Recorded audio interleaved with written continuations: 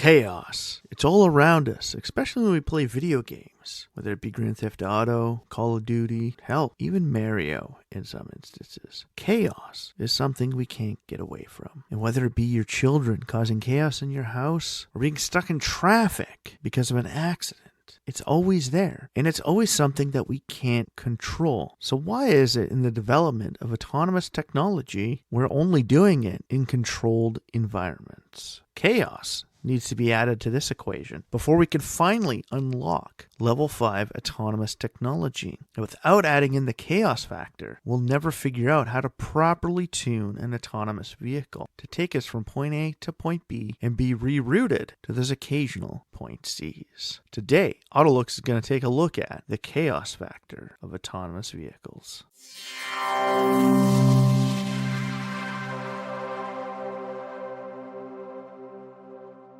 Welcome back to the AutoLooks podcast. I am your host, as always, the doctor to the automotive industry, Mr. Everett J, coming to you from our main website at AutoLooks.net. If you haven't been there, stop by, check it out, read some of the ratings, check out some of the reviews, research some new car companies on our Corporate Links website, and find some new help to find you parts, 3D images, or even just information on our help pages, all available at the AutoLooks.net website. The AutoLooks podcast is brought to you by Ecom Entertainment Group and distributed by Podbeam.com. If you'd like to get in touch with us, send us an email over at email@autolooks.net. Like we said in the beginning, the chaos factor. People like to add it into so many different things. And even when they start working out in governments, what's the worst possible situation? They always add in a chaos factor. Hell, how many countries out there have a Plan Z? And it's exactly what the Z is implying. Zombies. What is the worst possible chaotic factor that we can have as a human society within our,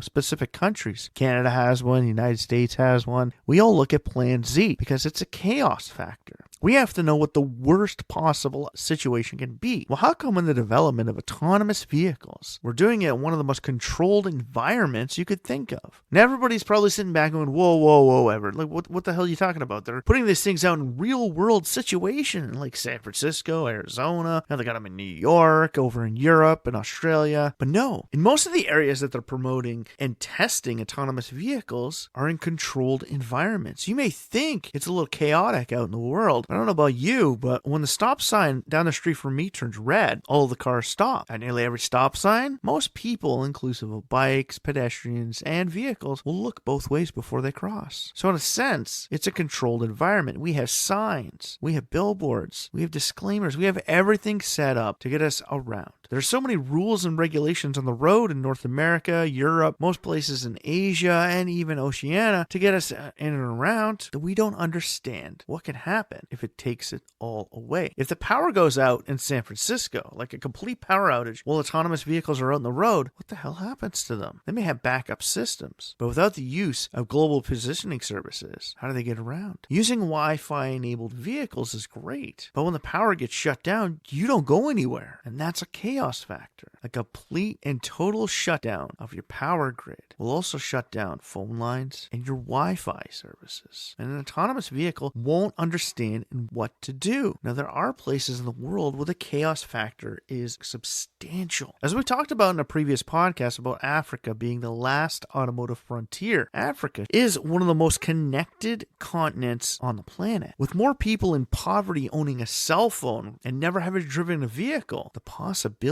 for connection of autonomous vehicles is so much greater than anywhere else in the world. And with a lack of good infrastructure for roadways and pathways, on top of back roads, dirt roads, gravel roads, roads on top of rocks, there are so many unknowns that autonomous vehicles we're developing could benefit from. Sending a Tesla Cybertruck out into the African savannah would be more beneficial to its autonomous system than driving down an interstate in California. Why do I say that? Because when an animal can jump out in front of you, or there's no road signs, hell, there's not even a speed limit, how does technology know what to do? We've all learned what happens with autonomous technology when there's people in the way. It uses what they call the trolley effect. One small child on the road, as opposed to a group of 20 people on the other side, the autonomous vehicle will take the point of least resistance, which I'm sorry to say in this case, the trolley effect will have that autonomous vehicle run over that small child as opposed to running into the crowd of 20 people. That's the trolley effect. That is one of the only chaos theories added into autonomous technology, but not developing that technology within a chaotic environment is detrimental to its self-evolution. Now, there are a few companies out there which are actually looking at the chaos factor. If you're one of the millions of people globally who play Grand Theft Auto Online and you've ever seen an autonomous pod running around, you may just think it's just some standard IPC added into the game, but no, it is not. There's actually a few companies out there who have programmed autonomous bots into the world of Grand Theft Auto Online. And the reason why they've done this is they've come to the understanding that testing the chaos theory in San Francisco is improbable because it is such a controlled environment. But they still want to test this theory. And the best way to test it is in a digital environment. Grand Theft Auto is one of the best test beds for this technology. And the chaos theory is rampant in a video game like Grand Theft Auto. Never knowing what somebody is actually going to do in the video game is part of the chaos theory, allowing so many unknowns to be solved by a thinking and living computer system, an AI that can help build an autonomous technology for the betterment of the future. If you go back to the 1990s and you watch James Bond, Tomorrow Never Dies, one of the greatest scenes in the movie, now I'm sorry to say this is one of the few BMW days of James Bond, but he's driving his 7 Series from the back of his vehicle. He's using a pad and a camera on his slide phone. Now, the cell phone that he uses in the movie is high-tech compared to what was available at that time. We weren't even looking at slider phones. We were still utilizing, in the 90s, 1997, standard handheld cell phones.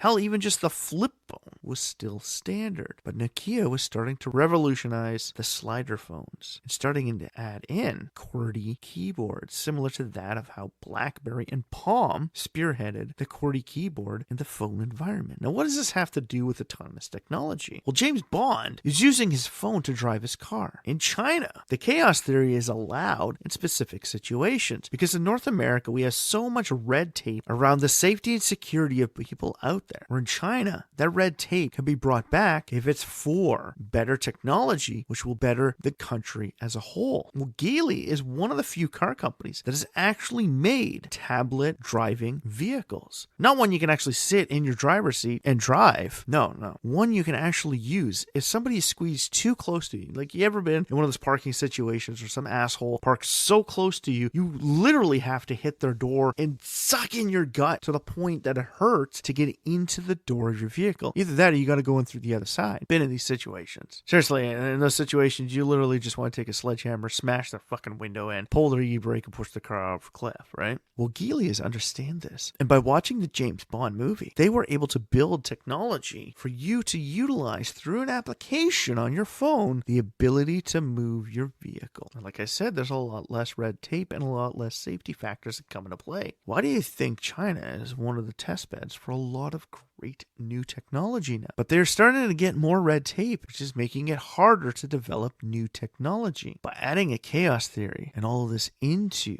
a real world environment, you can develop technology quicker, better, and more efficient than anywhere else in the world. And like we said, in Africa, there's a lot of nations with a lot less laws and a lot more people than what you would find elsewhere in the world.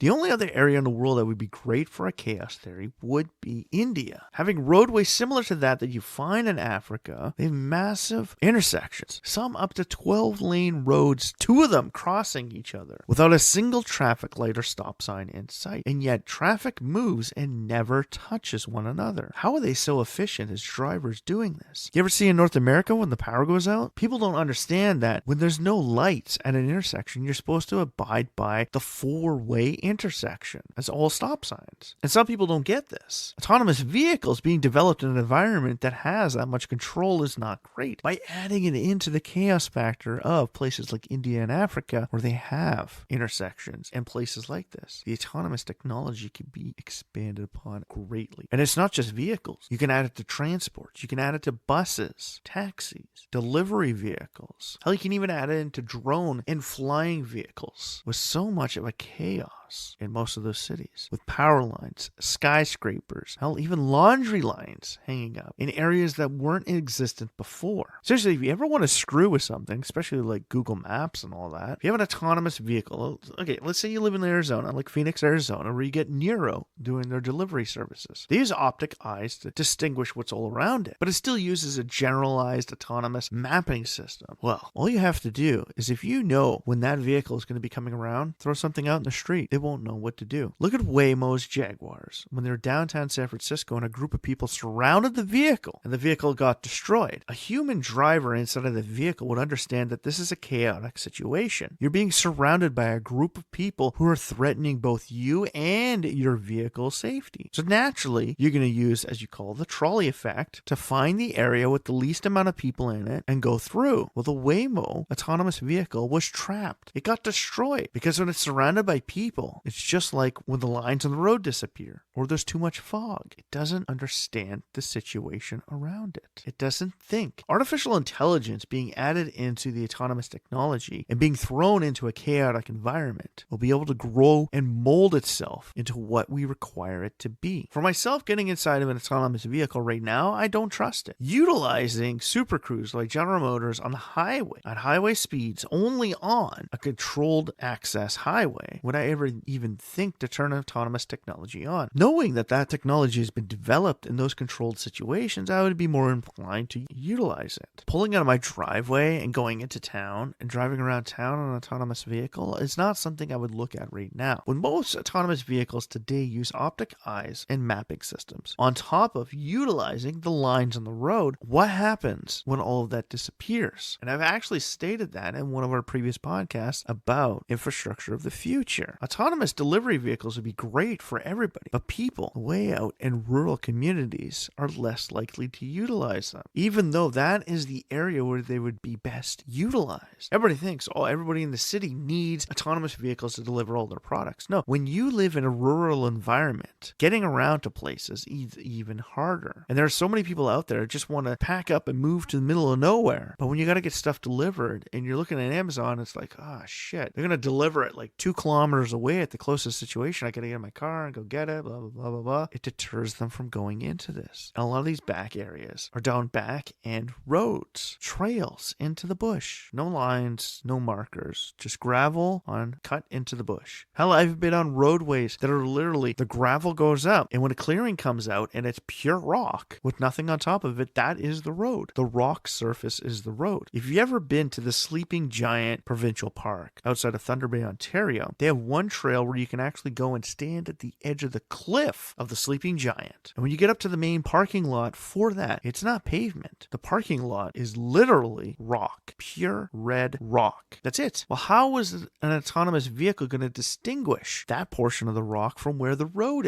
is? Adding in a little chaos and a little artificial intelligence, it'll understand that it needs to look for where the road is. If myself driving through the bush can find a roadway and stay on it, and when the roadway disappears in a clearing, opens up completely, and I have to find the other side of it on the other side of the clearing, how do I do it? I use my mind, and I understand the fact that at any moment something could come out or somebody behind me could be right there. So I have to stay on my toes and keep moving forward. It's that flight or fly, their fight or flight situation. Most people go into this when they're in a detrimental situation, high anxiety, pressure situation. You either go into the fight or flight mode. You either stand and fight or you fly away. That Waymo autonomous vehicle didn't understand that because it didn't understand the chaotic theory of either fight or flight. As a vehicle, it can't fight, but it can flight. A little bit of chaos into the autonomous world is a great thing for it. We all need chaos, and the chaos factor is something that can help build so much more. You want proof of the chaos theory? More technological development happened during World War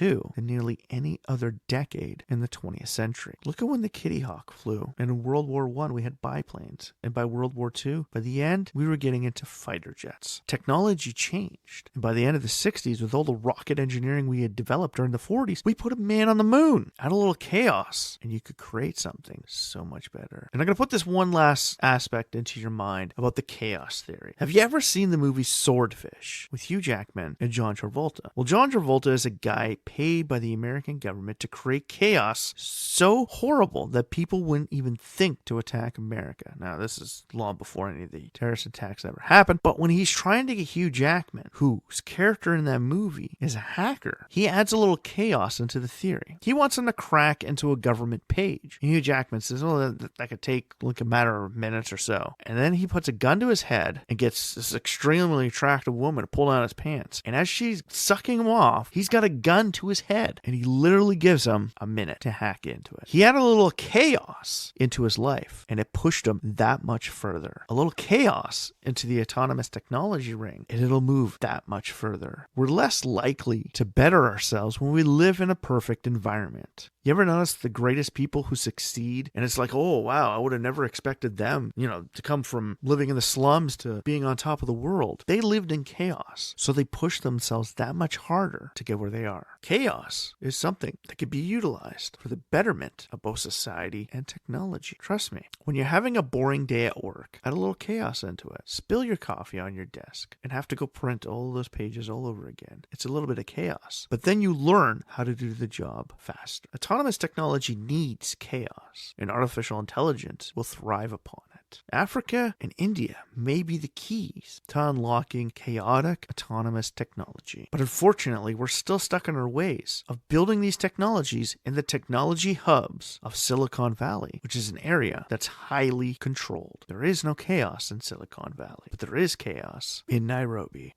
So does the autonomous and artificial intelligence in the automotive world need chaos? Yes. We've spent the past 20 years trying to prove that autonomous technology can work, and we've gotten nowhere. So maybe it's time to add a little chaos into this theory, and maybe this chaos will help build the theory quicker, better, and more influential for the future. So yes, we do need a little chaos. So if you like this podcast, please like, share, or comment about it on any of the major social feeds, inclusive of the AutoLooks.net website, and from Facebook to Twitter to LinkedIn. Click the like button at the bottom, send us a comment, send us a review, and send this podcast out to friends and family and ask them, inclusive of your friends and family who work in the development of autonomous technology and artificial intelligence in the automobile industry. Tell them to add some chaos theory into it. Go online, test out their product in Grand Theft Auto online, and prove to them that chaos, even in a video game format, will help unlock more things they couldn't find out in the real world. Chaos. It's something we all need, but just a little bit. And after that, stop by the website, read some of the reviews, check out some of the ratings, look at some of the Corporate Links websites. From big or small, we have them all. Corporate Links websites, car companies from around the globe, all on the AutoLooks.net Corporate Links website page. And after that, if you're looking for a little bit of help from school teachers to